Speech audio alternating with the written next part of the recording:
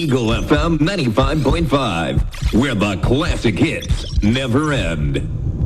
Hi, Sue Ramirez po. Naniniwala ka ba sa mga signs? Sign na yan, na uulan. Sign yan na may bisitang darating. At pag mahapdi ang whitening soap mo, aray! Sign na yan to try Silco Green Papaya Soap. With regular use, ito ang puting walang hapdi. Dahil ang tunay na sign ng pagpapaputi, kita in as early as 7 days. Are you free for an interview? Sign yan ng bright future.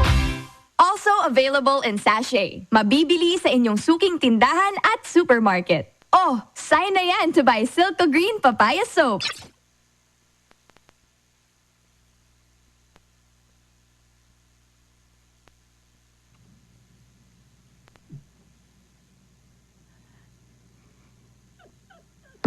Hello, everybody. Okay, we're trying on something new here because it's Friday. You've still got your friend, Miss Rikki, ang inyong walang kamatayang magmahal na kaibigan, and I'm so happy. We're experimenting right now I'm with, of course, ito, pambato ng Eagle FM sa hapon. Ang daming may crush dito. Grabe lang na pag nakita niyo magsayaw.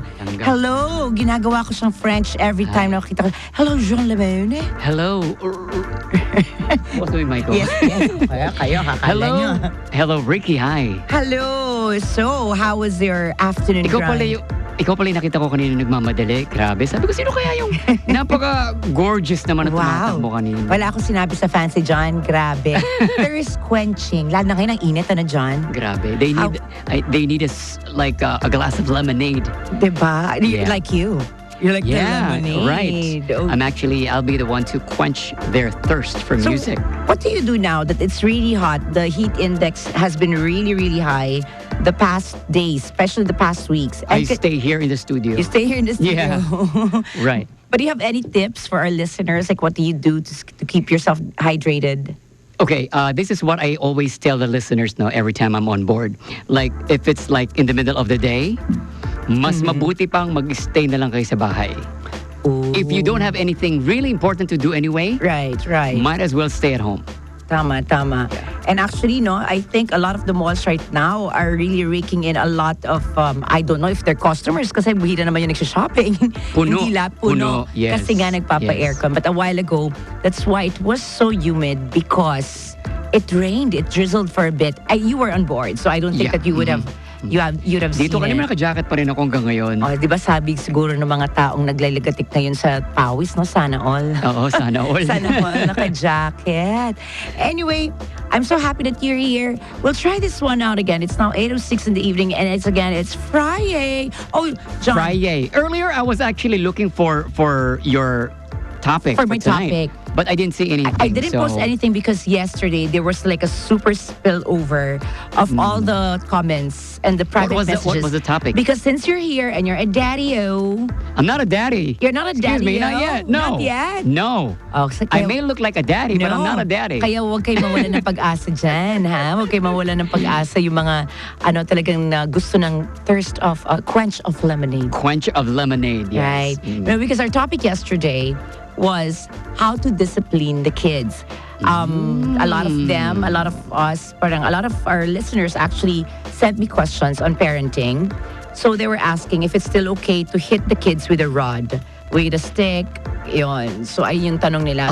Okay. Ako, I'm not a dad, pero ang suggestion ko dyan, kasi lahat naman tayo dumaan dyan sa, di ba, sa discipline ng parents natin. Ako naranasan ko rin yung sinturon. Sinturon? Yeah, sa butt. So ano naman nangyari sa'yo?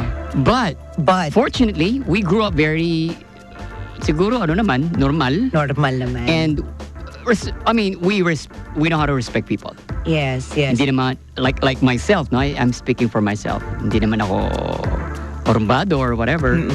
Actually, there's quite a debate right now with that, even among mental health advocates like me. Because, sabi ko nga kagabi, mental advocacy in the Philippines is not so old pa. Kumbaga, it's pretty young. It's a pretty young a sector. Yeah. Mental health advocates and, raising awareness. But at least we are making strides right now with really making people aware, and even the government aware, that we need to focus on mental health. So, as part of that, there are quite some debates because others are saying, at least yung physical, halimbawa, napalo, like that, ano siya, it doesn't leave, it heals eh.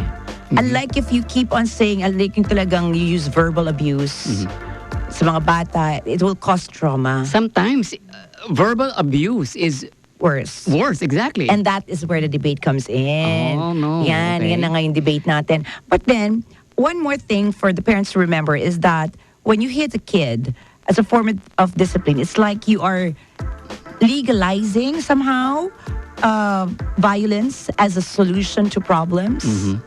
So those are the topics up for discussion. And right now, we just want to give as much guidance, of course, to the parents there, especially the new ones, on how to raise their children. Good example, Ricky, is in the States. I understand there is like a child service. Like, There is. Yeah. So, hindi mo pwedeng saktan yung bata. Kahit di mo nga rin pwedeng sigawan eh. Oo, ganun. Kundi mo na 911 ang napansin ko na kaagad. naman sa mga puti, Oo. nagiging parang masyado silang sumasagot sa magulang. Oo. Ganon. So, yun naman ang medyo parang tingin kong disadvantage nung having a child service. Parang Right. ganon. Na hindi mo pwedeng disiplinahin yung anak mo. Although anak mo yun, dapat may karapatan ka rin kahit papano. Yun yung disadvantage. That's why, that's why I think tonight, since yesterday, we had like this very heated debate nga on air. Last night, I wasn't able to really listen to you last night because I was... Iba yung mo. May jet lag po si John Lemon. alam mo So, lolo but, na eh.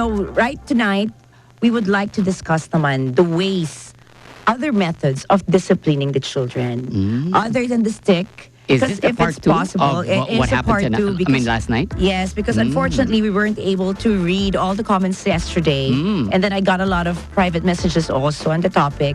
So if you have more questions, please feel free to message us at Eagle FM 95.5 or the Classic Hits Never End Facebook page, and via our Viber is 0999-548-3900. So before we get into that, it's now 8:10 in the evening on a Friday. Friday. And today we are commemorating a really good singer. I really loved her songs. I'm mesmerized. By me? Oo, grabe. Una kasi nakita ko nakatalikod ka, tumatakbo ka eh. So Ricky was in her, like she was running. It's like, who's that girl running? And diba, I have a change of color right Your now. hair is different. My hair is different. Yeah. Ito Oh my goodness. May advice po ako sa mga gusto magpa-parlor at magpa-salon. When you say dark brown in the salon, it doesn't mean it's brown. It means it's almost black. I'm using dark brown. Nagdaday na rin ako. So me, apparently, I just wanted dark brown, but now I have black hair. So kamukha ko na talaga si Morticia Adams ngayon. The thing with black is like kulay, siya, para siyang wig. But Aray if you ko. use black, Yeah. diba? Kaya ako aminin ko kasi I started having white hair when I was like 14 years old. So, later on na ako nag-decide na mag-dye. But I'm Mag-dye. using- mag-dye. Magpatina ng buhok. Yeah, mag-dye ng buhok. So, ang ginagamit ko, dark brown. Dark brown. This is dark brown. Yeah, dark brown. Salon Better. Well, let's see. Tignan natin. Better. Anyway, I always go back to my natural hair color, which is medium brown. Medium brown. So it fades away into that. But before we get into more chika moments, ito na nga, we would like to commemorate because on this day, it's Flashback Friday, John. Oh. So what I do, Flashback Friday, I also look at what happened on this day. On this day, many years back. Many years ago. Many Okay. years back. Okay, And many years back. ago, this singer, I really loved her. But back in 1995, she was only 23 years old when she was shot by her former personal assistant. Alam mo na. Kilala ko And na yan. former fan club president Yes. Yolanda Saldivar in Yes. Corpus Christi, Texas. Yes. Jennifer Lopez stars in a movie about her life that is released in 1997. Who is it, John? Salinas. Sayang, 23 Salinas. years old, was gone too soon. Yeah. But her memory lives on with her wonderful music. That's why, for our first song for this hour, let me give you one of Selena's hits, I Could Fall in Love.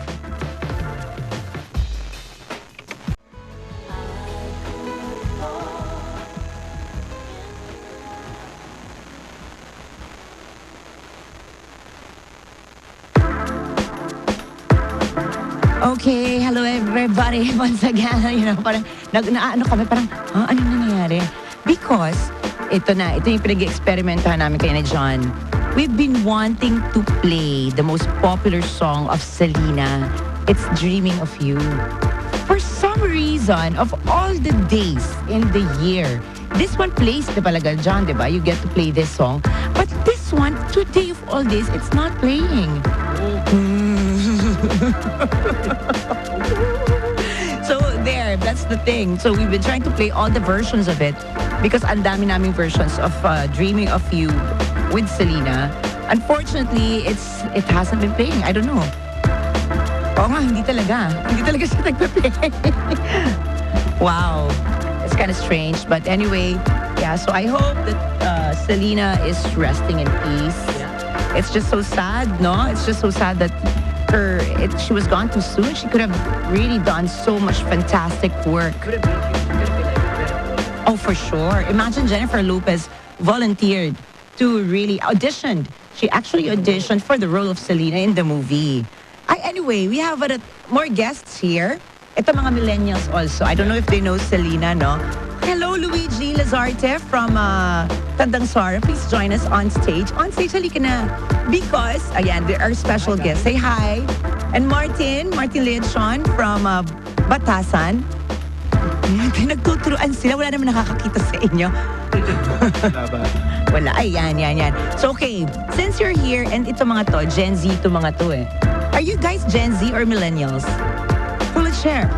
Millennials. Gen Z, di ba? Okay, sige nga, good boys. What is the difference? Okay, first of all, educate us titos and titas. Minsan lang kami magkaroon ng bisitang millennial. Yes. Okay, what is the difference? Please speak on the mic. Yeah. Gen Z and millennials, it's more of a generational gap. So when you say millennials, down to Gen yung turn of the millennia. So yeah, it's the 90s kids or something. Yeah, the 90s kids, but like the most formative years of their lives. So I think the last year that counts as a millennial is someone born in 1996. So that one. So if you were born 1996 and above, you are a millennial? No, 1996 and above is 97, 98. Gen Z. Yes. Gen Z. So since you guys were born, I presume below. Yeah. You are. I think millennials are 86 to 96. 86 to. No, I think millennials are 80. You know why? I really had to research because I wanted to know if I was Gen X or a millennial. I am Gen X nga. Yeah, I realized I was Gen X because apparently there's a border, what do you call that? There's hindi na tayo baby boomer. Wag na tayo maging baby boomer. Ayan, so Gen X, hindi ako Gen X kasi nasa cusp ako. Wait a minute. So you guys, since you are here, and these guys are mga binata to mga to di ba? What is the millennials siguro perspective of hitting children with a stick or a chinelas or ano ba yung pinagpapalo? Yantok. Ang sakit yata ng yantok. Ano pa ba? Sabi nga ng driver ko kagabi, pinampalo daw sa kanya is yung sandok. So, pinalo din daw siyang 2x2. Masakit yung 2x2, may pako sa dulo, no? Ayan. So, what do you think? Okay, we have Martin on air. Alam mo naman, ilan sa atin nakatikim na rin ng palo galing sa mga magulang. Pinalo ka ba? Pinalo ako ng bata. Okay. Mahal ko pa rin pamilya ko. Love ko pa rin magulang ko. Pero yun yung way of disciplining children talaga. Siyempre, I am not an advocate of hitting children or anyone for punishment or as a way of discipline. However, there are multiple studies saying that hitting children verbally, physically, does not affect them, di nakakabuti sa kanila in the long run. Siguro nakinig ka kagabi sa show ko, no? Kasi yun ang sinabi ko Yung long-term effect. Dahil dyan may tasa ka ng Eagle FM 95.5. Thank you. Yeah, okay. So what would you do? For example, wala ka pa naman pamilya, but for example, you would have a child. Do you think you'd be the type to hit? Or you'd find other ways to discipline? Sa una, pagsasabihan mo muna yung anak mo kung ba't mali yung ginagawa niya, papaintindi mo sa kanya. Pero kung paulit-ulit na lang din, anong gagawin mo? Yantok na ba to? Hindi naman. Baka takutin mo na lang muna. Okay. Parang, hindi mo yung baka wala tayo. Sabihin mo na, syempre, kailangan mo sabihan talaga yung anak mo. Pero kung paulit-ulit lang talaga, it's a part of their behavioral problem nga ang sabi. Kaya naging trend din ngayon for some na magkaroon ng mga behavioral schools for their children kasi hindi na lang makontrol ng kanilang mga anak. Good point, no? Kasi I have friends then who work as teachers sa mga behavioral facilities para sa mga anak nila. And during our time, right, John? During our time naman, di ba, wala naman mga ganyang schools na behavioral problem schools, ano? Wala, not that I know. Diba? Oo. Yes. Ako actually dati, tignan pa, makuha ka sa tingin, tignan pa lang ako ng daddy ko. Parang okay, I know na, parang okay, I have to, you know, Simple pa lang, sit-sit pa lang. shape up. Oo, diba? Sit-sit. Oo nga. Ako talagang makuha ka lang sa tingin. Sa rear view mirror pa, natatandaan ko pag magdadrive yung daddy ko. Hi, Daddy Nick! You miss me na, no? I miss you too. Ayan, nakuha lang sa tingin. Nako, lagot na. Oo. Pero ngayon, di ba, kahit siguro magkaduling-duling na kayo ng anak mo pag hindi pa rin makuha sa tingin. I also believe that the environment that they move around actually affects and plays a big part. Yes, of course. Isa pa yun sa mga bagay. May kita rin natin yan. For example, sa US, may the culture of African Americans and white Americans. Yung culture ng African Americans and Latinos are the same as Filipinos. That some of them employ mostly those with physical punishment sa kanilang mga anak. Right. However, the kids of Caucasian Americans or white Americans, doon natin nakikita na hindi sila pabor sa ganong klaseng pagdisiplina sa kanilang mga anak. Pero yung lumalabas sa trend ngayon, sino yung mas may behavioral problem, quote-unquote, what society dictates? Lumalabas dyan, most of the time, is The white. whites. Kaya nga nauso yung Karen, di ba? Yun, sa mga bagay. Hinayaan na ng mga anak nila nagwawala sa mall. Alam mo ba, may katumbas daw ang Karen? Oo, di ba? Yun, Eh, di ba sa mga black Americans nga, kaya nga nauso rin yung joke na, oh, your mama, parang something, my mama, your mama jokes. Yeah, your mama jokes, parang, kantihin mo na lahat, wag lang yung nanay nila, wag lang magulang nila. And to think these mothers actually use physical discipline, di ba? But, you know, sabi ko nga, the world is evolving, times are changing, and there's so many other social factors that affect the behavior of children. So I think also, since we know better now, we should also offer alternatives. Hindi naman ibig sabihin, hindi mo papaluin, hindi ka namang didisiplina ng anak. So tonight, that's what we're going to offer them, the alternative discipline tactics and methods. Last night, John and the boys, di ba? John, actually mukhang kaedara mo lang sila, mas bata ka pa nga tignan. Ayan, so, di ba, last night I said nga like, I would put my two kids in an oversized shirt. I heard Para wala silang choice kundi magbate, di ba? Face the wall. Ano pa ba? Di ba? Ayun. Actually, mga ganun. And then I would talk to them. I really talk to them like adults. Ayan. So, before we get into that again, ito, ayoko na subukan nyo kay Selena. Naka-ano na tayo. We got the message, Selena. Okay na. But ikaw, Luigi. Okay, thank you, Martin. Ito naman, si Luigi. What do you think? I-take advantage natin dyan, ano, na meron tayong mga millennials, no? Okay. So, Luigi, what do you think? Are you in favor of using physical discipline? Well, I was really brought up in a non-traditional household. So, my parents didn't really employ traditional methods such as yun nga, corporal punishment. And kaya pala, joke. never experienced. I'm just kidding. These are good boys. well, I have. Not from my... So, moving on. I personally think that how they brought me up and how they reprimanded me, it gave precedent to my formative years. Like my friends would know that I'm not a very conflict-driven person. Like whenever Chill ka lang, chill. And especially I know that communication is usually miscommunication is usually the reason why two parties aren't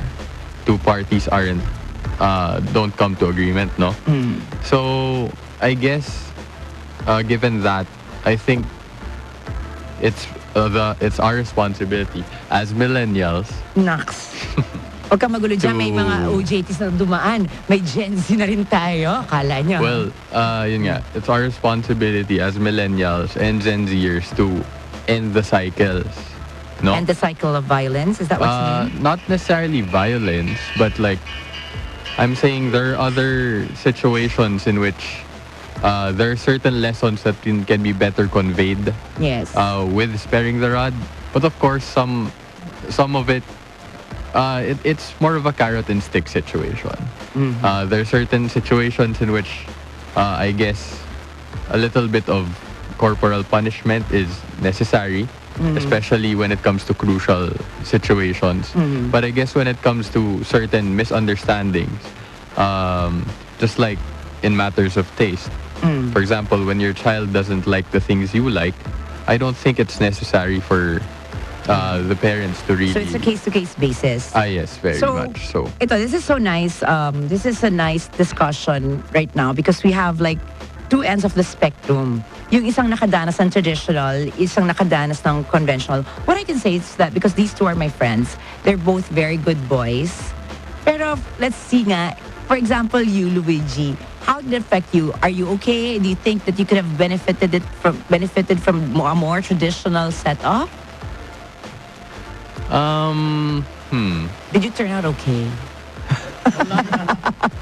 Kinakabahan ako. Personally, Baka I think... ma-MTRCB tayo dito. No, I think that they probably could have been a bit stricter with me because, of course, there was always that part of my life when given that extra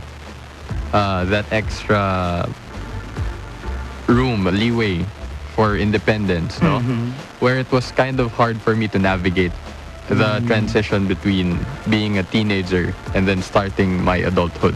Okay. So I think with a bit of guidance and a bit of push, like if I had been treated a bit stricter, maybe I would have been stricter on myself too. Oh, see, kaya sabi ko rin also last night, we should not be quick to judge.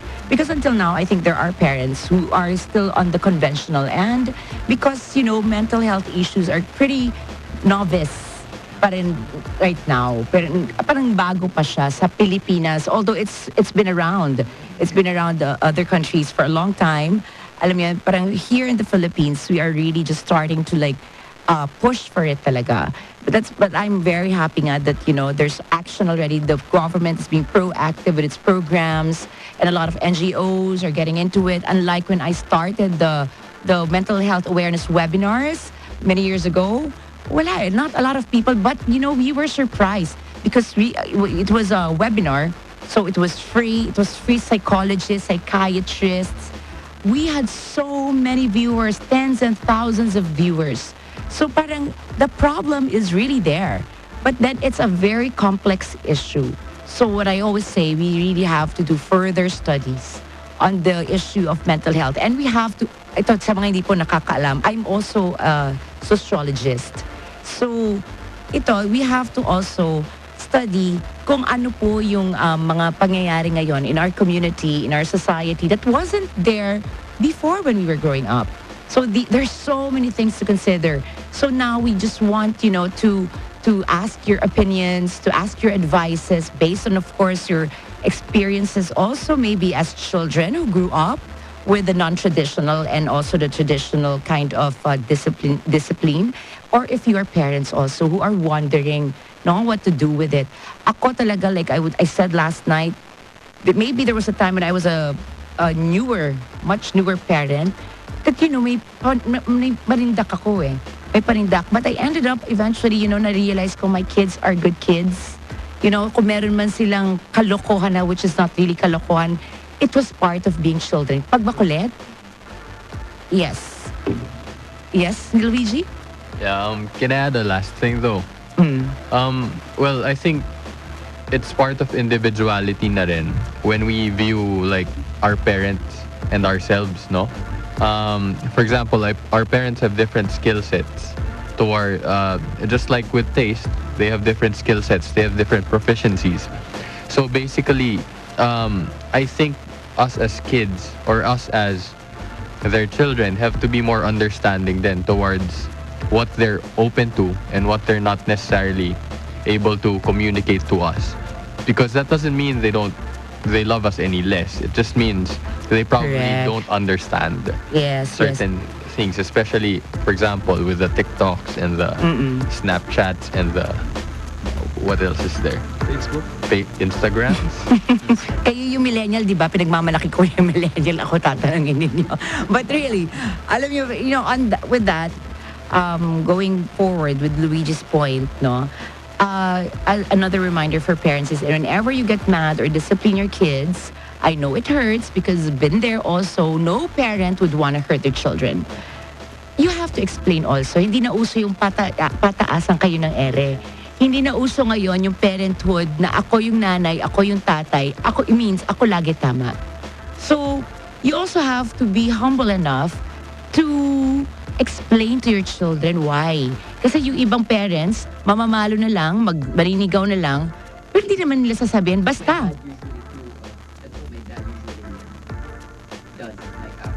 He talks to you about it. And you understand.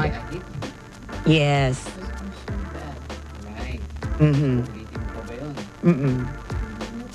Hindi na.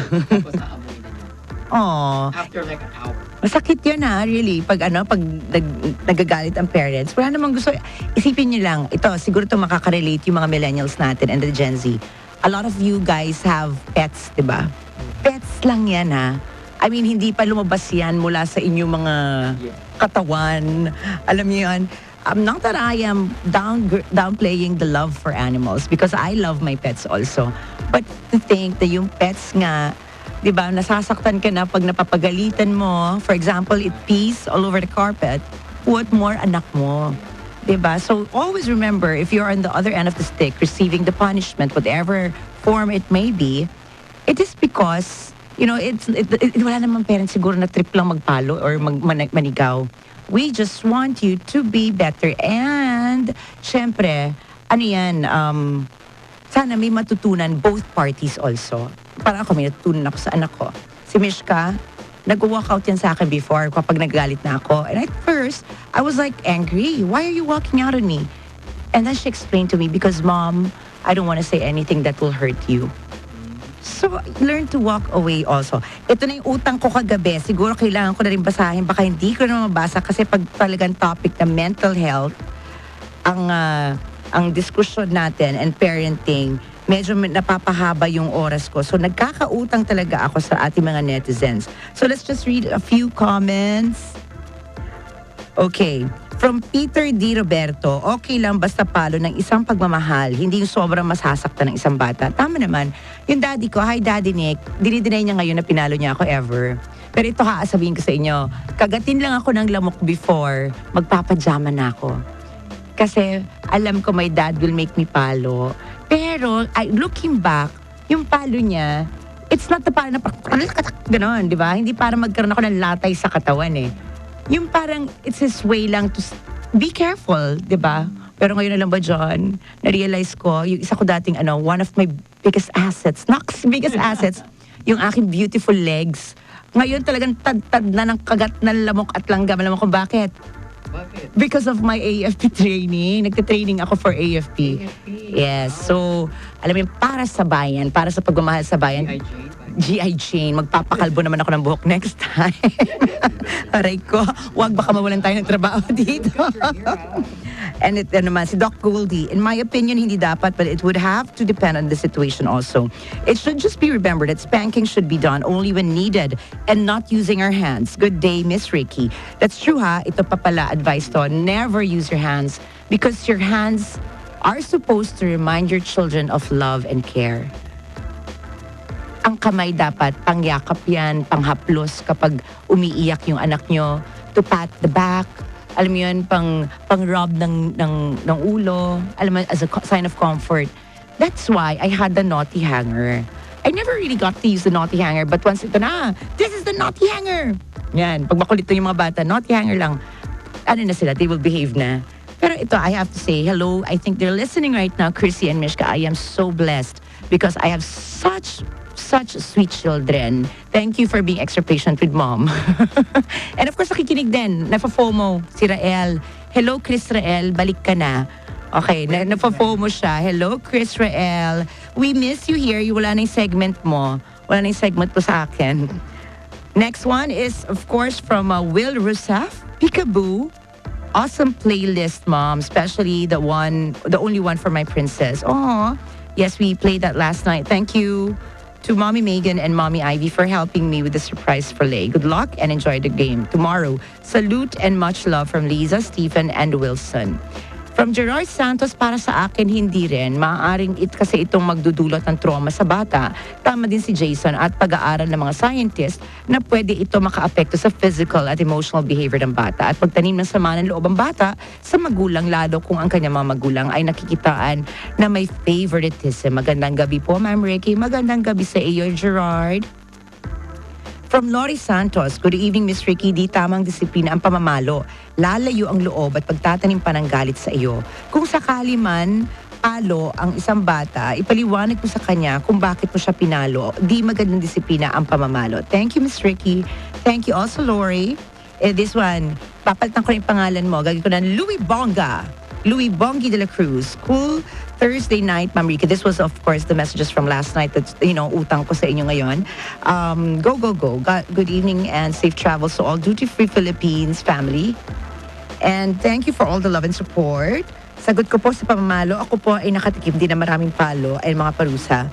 Galing sa mga magulang ko po, yung anak ko po nakakatikim din pero hindi na kasing grabe nang natanggap namin. Para maiba naman, kakausapin na lang para wala nang sakitan, lol. Baka madimanda ng child abuse. Oo, mas na ngayon, mas woke na yung mga kabataan ngayon. From Chill Mercado, I don't think that will help. Para sa akin, the best way to discipline is to talk to them and tell them what is right and wrong with calm words and action and not the other way around. Have a nice eve, Miss Rikki. Have a nice eve also. By the way, my name is pronounced as Shale. Hi, Shale Marcelo. And then this one, hi, Patrick. Yes, thank you for trying to correct us last night. Tracy Chapman is indeed a woman. It was corrected naman by the end of the show, but thank you. It just goes to show you're listening. Naku, dahil dyan, pag tayo nagkaroon ng merchandise, they pumimigay na gifts to our loyal listeners. Isa ka na, Patrick Miranda, sa isa sa magkakaroon ng ating limited edition merchandise gifts from 95.5. And, wow! Miss Rikki, para sa akin, hindi okay na pamamalo na bata kasi may trauma yan. Unless pagsabihan, kausapin ang bata from Jasonino Batak. Yung iba naman, yes or no lang. Dora, salamat. Our top fan, always listening to your radio program. But thank you so much, Dora. From Let Roson. Medyo mahaba yung kay Let. Nag-sorry naman siya for my harsh comment. Pero ito yung opinion niya. Of course, we respect everybody's opinion. The works of evils reside in every home of community, violent games on gadgets, movies, and television. Most of the children in all walks of lives were not taught to have fear in God. How in the world you can convince a child who never believed in God and His rules? Okay. Thank you, Miss Let. Naku, madami pa, pero ayoko na magkautang ngayon. Hindi na talaga, sabi nga ni Juan Miguel. Ito, one more before we give you our guest for tonight. From John Romel Jerome, may tama at maling pamamalo. Sa tamang pagpapalo should be only on the safest body part. And most of all, wag paluin ang bata in public because it will damage them mentally, emotionally, and psychologically. Gawin na lang natin sa kanila when we get home, and we should break down to them the circumstances of their actions so they can be aware of them. From Reginald Taberao, Hello po, Miss Rikki. Hindi po naman talaga disiplina ng bata from Kalumpit, Bulacan, West Region 3rd. Magandang gabi po sa inyong lahat. Yes. Also that, no? Depends on the circumstances nga. And ito pa, whether or not you hit your child or you discipline in other ways, never do it in public. Actually, pag halimbawa nasa mall, nagkukulitan yung si Chrissy and si Mishka, doon lumalabas na makuha ka sa tingin, talagang nakaganon na ako. Pero feeling ko, nakita ko ng friend ko, sabi niya, sis, I saw you in the mall. Parang lumalabas na daw yung ugat ko, parang puputok na daw yung ugat ko. Parang nakatitig daw ako sa mga anak ko. Because that's true. Never ever reprimand your children when they are in public. Because, diba, actually kahit sa harapan ng kahit sinong tao, kahit sa bahay lang, even in front of the yayas, kahit may mga yaya mga yan, halimbawa, I want to discipline my children, I want to talk to them, I will make all the household help go out first. Tapos, or I will pull my children inside, I'll pull my children inside the room and talk to them like adults. Diba? Yes, Mr. Luigi. Yun pala yung challenge kapag cool mom si Rikki, no? Kailangan walang present whenever anything happens. Which I believe is the right thing to do. Yes, like John. when your kids make mistakes, you don't embarrass them in public. You don't. But, Oo. Mishka, do you have a minute? Let's go to the room. Tapos, Yes. doon mo na siya sabunin. Yes. Ganon. Well, at least it's between you and her. Yes. And even, diba, I have 2 kids. Right. So I don't reprimand the other in front of the other. Yes. So I give them their space because people of the earth, parents like me, grown-ups, adults, you have to remember that these children, no matter what their sizes are human beings first and foremost, and all human beings deserve respect. So you have to treat them with respect as well. But before we move on with this topic, ito na, I have like more alternatives for to give you kung paano mag-discipline ng children. But we have a guest right now. We'll be back in a short bit. Hi, Sura Miras. Good evening once again, Mega Manila. It's now 8:53, and of course, good evening to all those listening to us via our online platforms. If you want to know the link, just please visit our Facebook page. That's Eagle FM 95.5. And we gave you Footloose because back in 1984 on this very day, it was the #1 in America. It's the title song to the soon-to-be famous film where Kevin Bacon brings dancing to a small town in the South. Ayan, so Footloose. Who doesn't know Footloose? Diba? Lahat napapasayaw dyan. Kahit ano pang genre ng music mo, when you hear it, wala, magpo-Footloose ka na talaga. Of course, maybe because it had a movie named after it. Iba talaga rin na nagagawa ng pelikula. And before that, to those who don't know, Bruce Springsteen, he was really one of the biggest, I think he's still going to be one of the biggest icons in the music industry. Bruce Springsteen in 1992 released 2 albums on the same day. Saan ka nakakita ng 2 album on the same day? Isang album pa nga lang, ang hirap ng ilabas, diba? Isang show pa nga lang, ihirap ng isipan ng title, diba? Pero ito, 2 albums si Bruce Springsteen in 1992 on this very day. They are his first since Tunnel of Love in 1987 and first without the E Street Band. So it was really his solo. So yan, before we gave you these songs though, we also were discussing our topic from yesterday because it was apparently a very, very hot topic, especially for parents, millennials. We all have our thoughts. We all have our opinions on it. Diba? But as I always say, dapat talaga is mas masusi pang pag-aralan yan. So for now, we want to give you some alternatives kung paano disiplinahin ang inyong mga anak without using violence. Number 1, ito isang alternative po ito ha, give choices. A choice gives some control back to the child on the parents' terms. Parents who are really good at providing choices have children who are more compliant and good at making decisions. So kumbaga, bigyan niyo siya ng dalawang choice. Halimbawa, nagpaalam sa inyo, Mommy, can I go to the Ateneo Fair? So bigyan mo siya ng choice. Pero yung choice mo, meron ka ding control sana, with regards and aligned to how you want to discipline your children. For example, sige, you choose. Diba? You stay at home or you go to Ateneo Fair or you stay at home and invite your friends na lang to the house. Something like that, diba? You go to the fair but you won't have your cell phone for like a week. Diba? Parang ganon. Ang co-parenting talaga parang magiging magician din yan eh. Number 2, take a time out. Yes, you the parent, walk away. It is perfectly okay to say, I'm too upset to deal with you right now. We will talk about this later because ang turo nga sa akin ng anak ko, diba? Parang kesa naman makapagsambit ka ng mga salitang hindi mo na mababawi pa at napakasakit nun. And it can cause a lot of traumas to your children that they can bring with them into adulthood. Third alternative, get someone else involved. If you feel like your child has got you so angry that you may not be in control anymore, then ask someone else to help you who is not as intimately involved in the situation.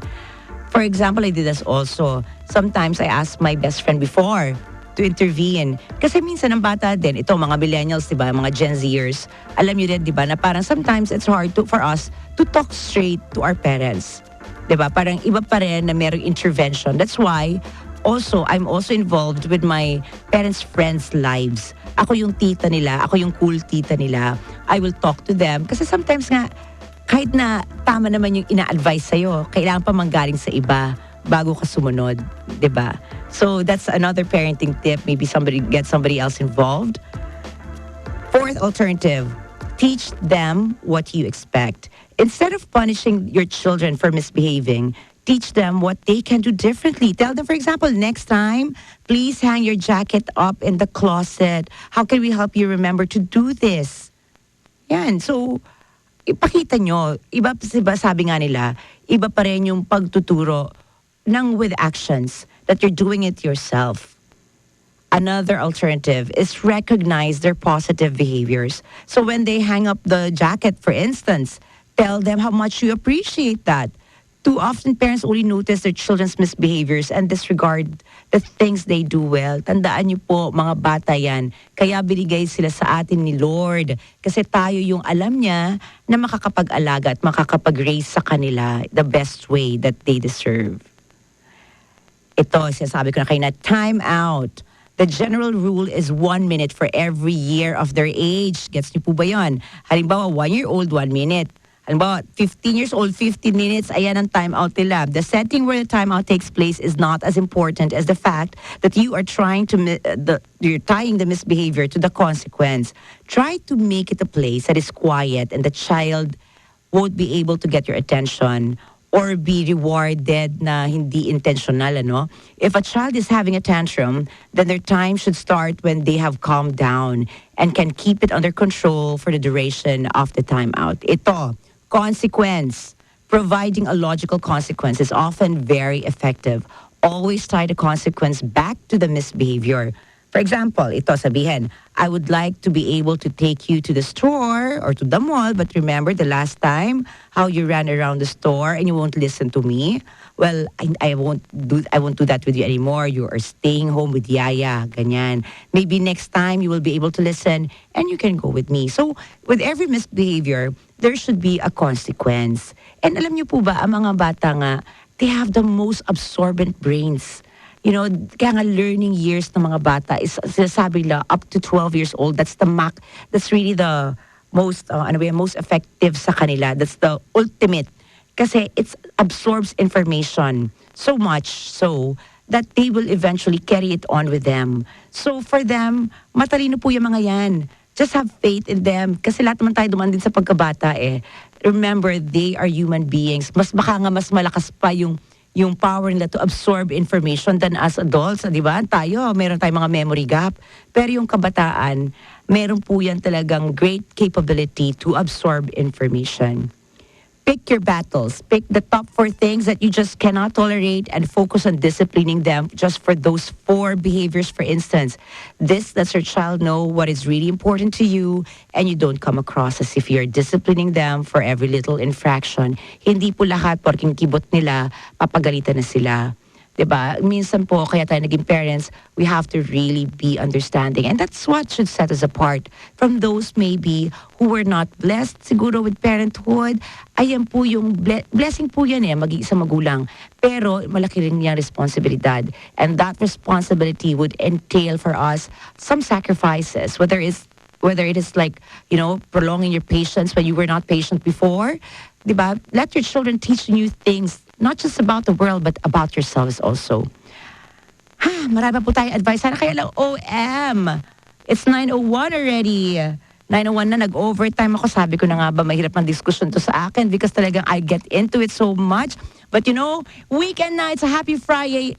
But I still have work, guys. So please, if you want to know the latest developments from all around the world, please tune in to Net25 for Mata ng Agila International. Please join me and my friend, Ina Alagao, as we deliver the top news from the different parts of the globe. And before I go, I would like to give you this song. Why am I giving you this song? Because on this very day, dahil nga flashback po tayo, Flashback Friday. On this very day. Actually, not on this very day, but tomorrow, April 1. April 1, kasi wala naman kaming pasok. So, ibibigay ko na sa inyo to. In 2016, this group announced that original members Slash and Duff McKagan are returning to the group to join X-Rose on the Not in This Lifetime Stadium tour of North America. VIP packages go for $2,500 US, which gets you a backstage tour and access to the Paradise City Lounge, but no interaction with the band. And that band is no other than Guns N' Roses. Anyway, this has been Miss Rikki. Please join me again on Monday from 8 to 9 p.m. as we navigate through life and love. But for now, good night and God bless you and happy weekend.